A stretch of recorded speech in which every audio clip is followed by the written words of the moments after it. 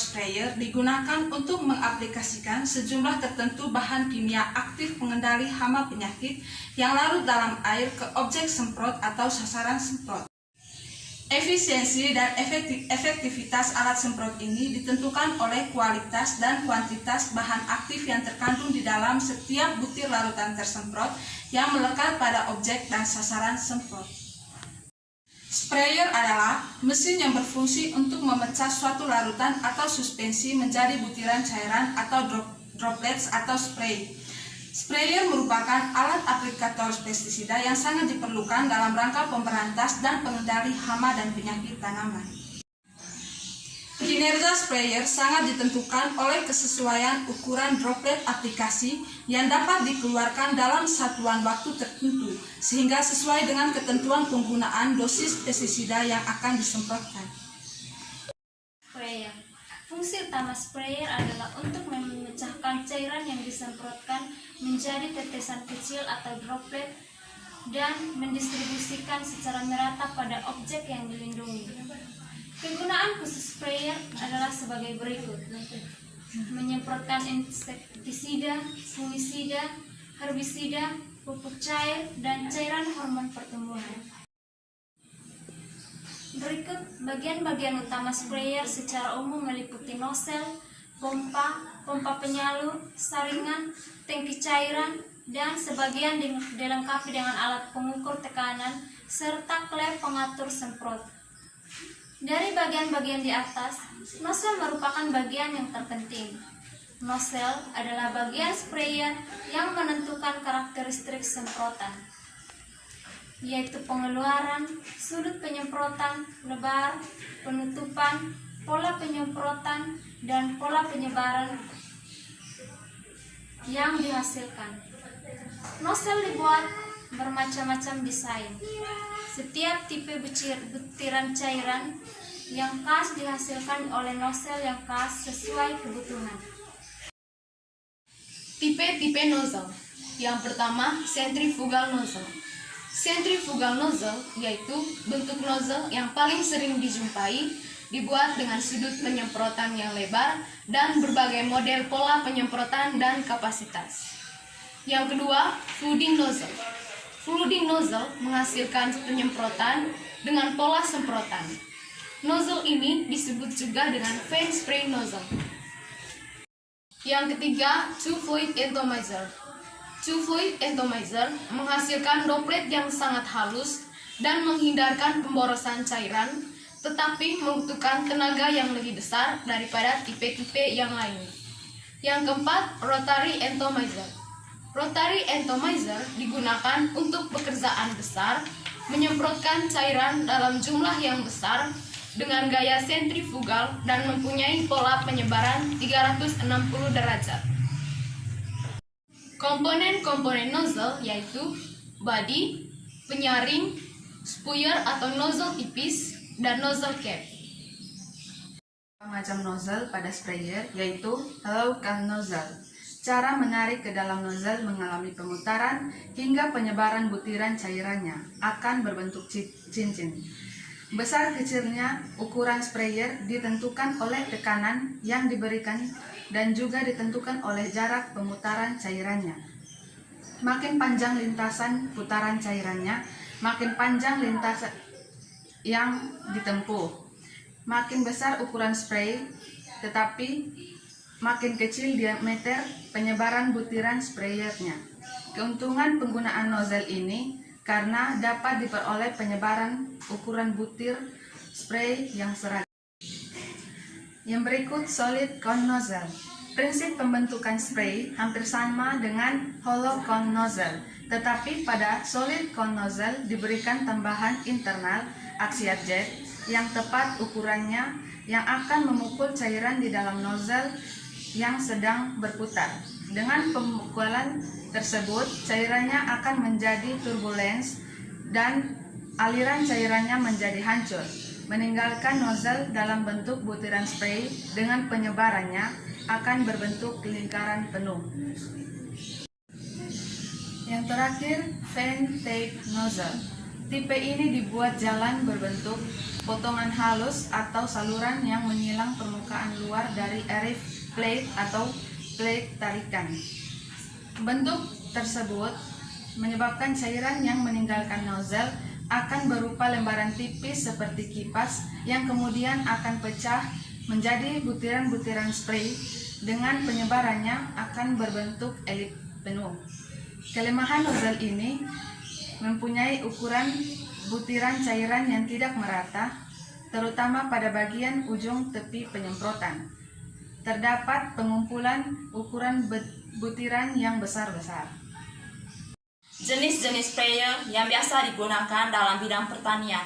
Pertama, motor sprayer, yaitu sprayer yang menggunakan mesin sebagai tenaga penggerak pompa untuk mengeluarkan larutan dari dalam tangki. Cara penggunaan sprayer ini tergantung jenis dan mereknya, yaitu ada yang digendong, ditarik dengan kendaraan, diletak di atas tanah, dan sebagainya.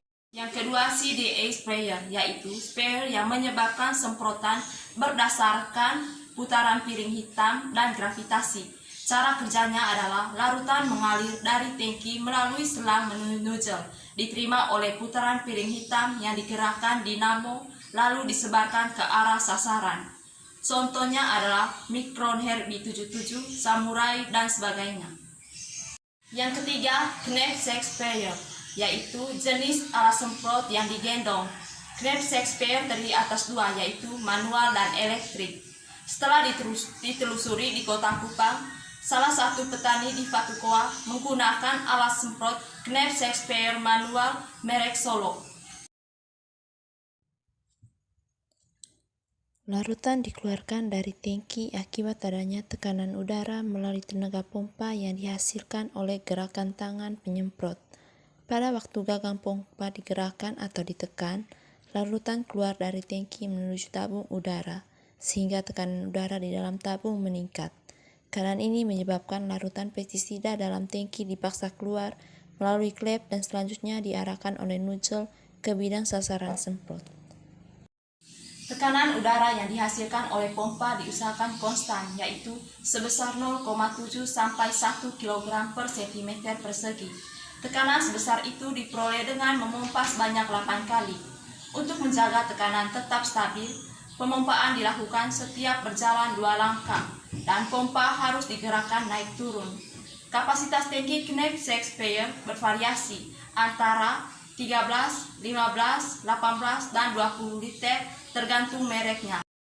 Adapun bagian-bagian beserta fungsi dari masing-masing komponen knapsack sprayer tersebut adalah: 1. Tangki, merupakan tempat herbisida atau larutan lainnya diisikan. Volume dapat berbeda-beda tergantung dari tipe dari sprayer masing-masing.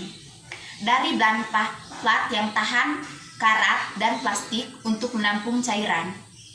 2. Pengaduk, untuk mengaduk larutan herbisida yang ada di dalam tangki.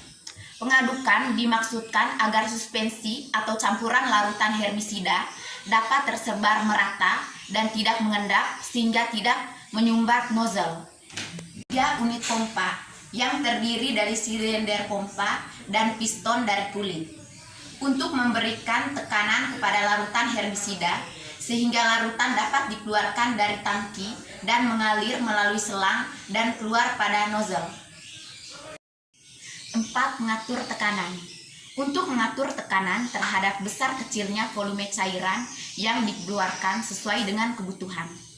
5. Saringan, untuk menyaring larutan yang akan dimasukkan ke dalam tangki.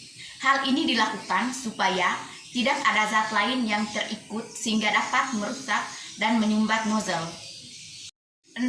Penutup, untuk menutup tangki supaya pada saat dikerjakan tidak tumpah dan untuk menjaga tekanan udara di dalam tangki. 7. Tangki pompa digunakan untuk memompa cairan.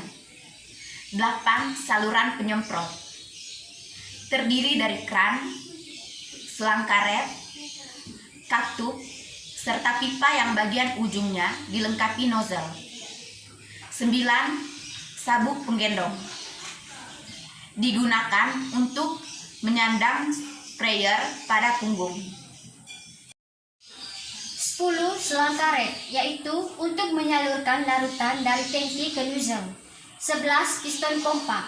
12. Katup pengatup aliran cair keluar dari tangki. 13. Katup pengendali aliran cair bertekanan yang keluar dari selang karet. Yang ke-14, laras pipa penyalur aliran cair bertekanan dari selang menuju nozzle. Nozzle berfungsi untuk memecah cairan menjadi partikel halus dan memperhalus larutan yang dikeluarkan pada saat penyemprotan, sehingga dihasilkan daya jangkau yang luas dan merata. Merawat alat semprot. Yang pertama, perhatikan dengan teliti bagian-bagian dari sprayer sebelum penggunaan.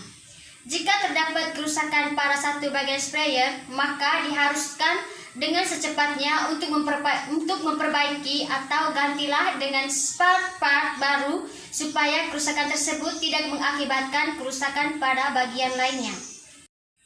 Yang kedua, hal-hal yang harus diperhatikan yaitu kurangnya pelumas yang membuat katup sering macet. Seringnya penggunaan yang membuat sprayer membesar sendiri, sering terjadi aus serta kotor pada kran atau pengatur. Sering terjadi aus pada packing atau segel, waspada akan terjadinya kebocoran.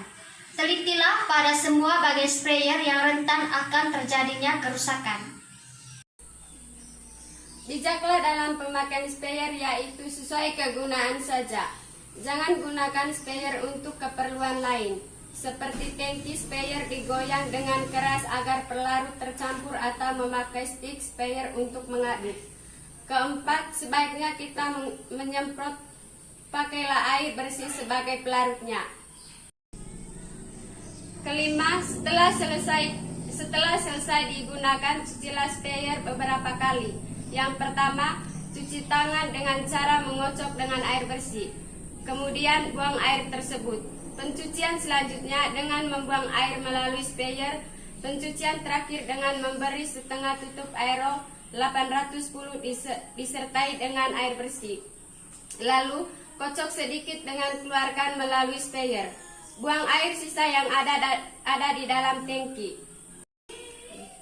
Setelah sprayer sudah cukup kering, berilah minyak kelapa sebagai pelumasan. Bagian yang perlu dilumasi adalah bagian yang melakukan gerakan. Misalnya, piston sprayer sudah siap disimpan dengan posisi terbalik ataupun miring. 끼 좀 부리지 마, 너 때문에 난 매일매일 불안해.